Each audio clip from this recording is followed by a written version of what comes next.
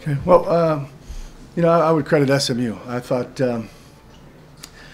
we came out in the first 5 minutes of the game. I thought we kind of took it to them a little bit, set the tone, and then it evened out and back and forth first half. But I thought coming out of halftime, I thought the first 5 minutes of the second half was they really got us on the boards. They got us in some foul trouble in those first few possessions.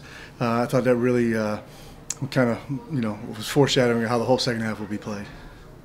Dabney said that he thought more that the lack of execution on the defensive end was kind of the big reason for the drought in the second half. It seemed like everything just kind of went bad. Shooting free throws, 3-pointers. What do you think was kind of the trigger for that? I think we let ourselves down, on the defensive end, no question. And I think that, it led to some fouls. It led to them going to the free throw line to get easy points, and it was frustrating. And I think that frustration probably, we have to be mentally tougher, but it probably led to where we pressed a little bit on the offensive end. And when we were moving, we were getting really good shots. I thought we were getting free throw line, and I thought we were rebounding the ball well with them, and probably out rebounding them for a long part of the game. When we stopped moving and got stagnant on the offensive end, we weren't getting the free throw line. We weren't getting offensive rebounds because it was just kind of stare down shots, and I thought that really led to. Then there was just a couple transition things in there for him, but I thought that was really the key. You said credit to Larry Brown said he thought that was maybe the best 14-minute stretch that his team has played all year. He thought in the second half. How do you get the guys to the point where they can handle something like that? Yeah, I think I don't think we're far, and I think when you look at 13 of 24 from the free throw line. Certainly, you get half of those points back, and it's easier said than done, obviously, but you get half of those back, the scoreboard looks different. You can play differently. We're a little smarter with our fouls inside, and we continue to bring it to them physically on the rebounding end, which I think we're capable of doing. But we just didn't do that in the second half. And then, not all of our threes. We took too many threes. We didn't have the balance in shots I would have liked. But most of our three-point looks were pretty good. And you get one or two of those to go, and I think you could have a different ball game. Dabney didn't get off a lot of shots. He's not a selfish player, but would you? How much credit was that to their defense? And would you want them to be a little more aggressive? Yeah, no, I thought there was several times where, and those are the ones that we probably settled for an okay shot or a good shot instead of the best shot and a great one. Sometimes the ball needs to get to another side of the floor, and then Luke gets it in space, or he gets it with an advantage, or he gets it in the post. SMU is the best team defending the post on the first couple sides of the floor. They make it hard. They do a really good job of fronting the post. They don't let no catches are easy. You've got to get to the third and fourth sides of the floor to get the post-ups. That's one area that Luke gets to the free throw line and he gets points. And if we shoot it before we get to that, then obviously we're taking away part of his offense. He got some on the drives in the second half. He had a drive taken away early in the game that I thought was a three-point play, and then a couple threes go down. So I think he was possibly headed toward a 20-point performance, with just a couple breaks. Got a couple days to get ready for Memphis. This team's been resilient all year long. Good about not letting this affect them going into. I think they'll come in with the right attitude and effort tomorrow. I mean, I think I'm sure it's frustrating for them. The second half didn't play the way we would have liked to have played. But at the same time, I don't think there's anything that they saw out there that they don't think is correctable. That's not within our reach to get better as a basketball team. There's still a long way to go in this season. You have an opportunity on Saturday. Like the great thing about being in this league is every game there's going to be, like I've said, there's going to be exposure. It's going to be a marquee opponent. All those things. And you think about Saturday's opportunity. We're downtown, great venue. We have a team we have a chance to get 2 wins over a team, which I don't know when the last time that happened, if it happened. 1983. Okay, 1983. And so, and as I told our guys, we're not the only ones.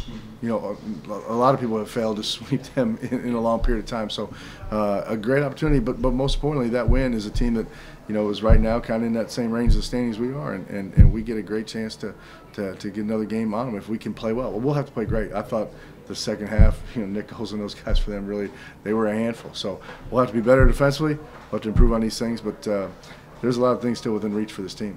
You've seen a lot of teams this year out of your leagues. Where does this team rank in terms of the opponents you've played this year? Well, I think everybody would agree that I don't care who they play, SMU is going to be a tough out because they just don't beat themselves, you know, and they're so sound. They're very patient. They know what they're looking for. The thing that I think that is underrated, and I think Coach Brown has a lot to do with this, but their bigs pass the ball to each other extremely well.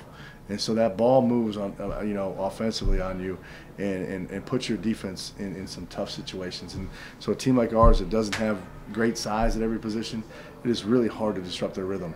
And then on the defensive end, you're going to have to make shots. You're going to have to be on top. You're going to make shots. They do a great job.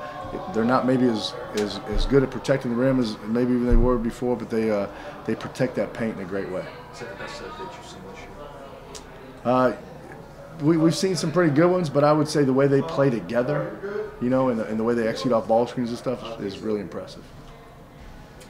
At halftime, it was pretty much a totally even game, and obviously it changed pretty dramatically in the second half where you guys couldn't score. What was the biggest problem for you guys there? It wasn't a problem scoring. We just let defense affect our offense. We got down on defense, and that translated to the offensive end, and that's all that happened. So was there anything different that they were throwing at you guys? That Coach Brown talked about the 14 minutes was maybe the best 14 minutes of defense that they had played in the first 14. Was it anything that they were doing?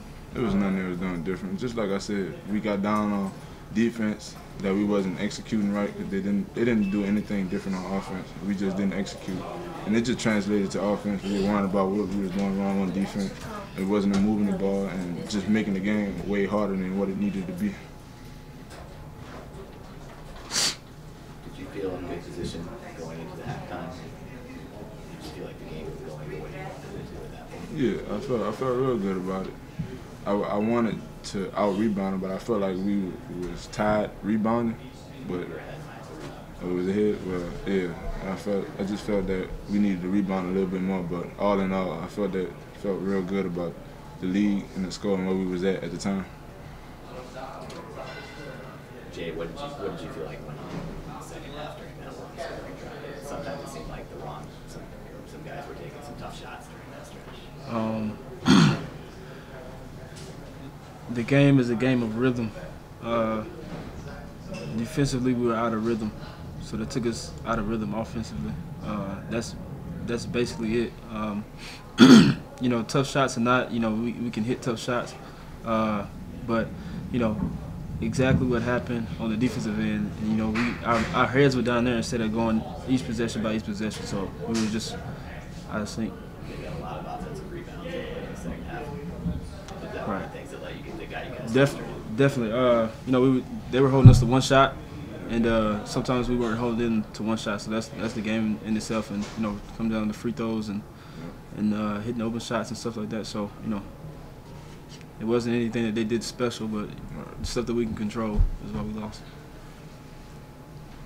Both of you guys, what did you feel like? What did you think of the crowd? Huge student turnout tonight. It was good. It was good for us. You know, hopefully we didn't let them down, but you know, they come back and give us support next time. Yeah, it was big. I feel like we deserved to get them a win. Not just call them here to watch us, but we deserve that, and we need to give them that. We will give them that. And tonight we just one game, and we hope they didn't give up on us. Coach, can you tell us some overall thoughts on the game? I thought we played great, especially second half. You know, we defended for about 14 minutes as well as we could have covered, you know, because you know, he's the most underrated coach I've seen. And they run so much stuff that's difficult to guard. And, you know, I'm thankful we had 3 days to prepare, because I don't think you can play against them without, you know, having a lot of preparation. They can space the floor, you know, they execute. But 14 minutes second half, I thought we really defended great. That was the key. You had a size advantage on the inside, both your bigs with 14 points. That's something you planned on kind of going after? No, I mean, we try to play inside out, you know, because we have, you know, Marcus and Yannick and Cannon and Ben Moore. They're all, you know, competent players offensively and got length. We have to do that. You know, we're a little short-handed right now, and but they're a big part of our team. But you know, we took care of the ball tonight. You know, Nick's had 1 turnover, I think, in 5 halves, and that's critical in a game on the road. So that really was meaningful. But we need to get a contribution from our bigs, get teams in foul trouble, which I think, you know, happened in both halves. Missing Frazier again tonight. How do you think the team has responded the last 2 games? Not, I mean, we've won, but he's a kid that needs to be around us. You know, he's a big part of our team. But you know, the way I look at it, other people have to step up. Cannon Cunningham was great tonight. You know, Benamalagu's stats look bad, but when you got to guard perimeter people like, you know, Tulane has, I think he did a great job. Dabney, you know, I like their team a lot, and they're young. I think their program's going in the right direction. You were trailing and rebounding going into the half, and that totally flipped in the first 10 minutes of the second half. How important was it? Well, that's important for us because they shoot threes in transition, and you know, you got to make sure you get the ball inside and get good shots. And when we get offensive rebounds, you know, usually it leads to a high percentage shot. So that was key. You know, we didn't match their energy, I didn't think.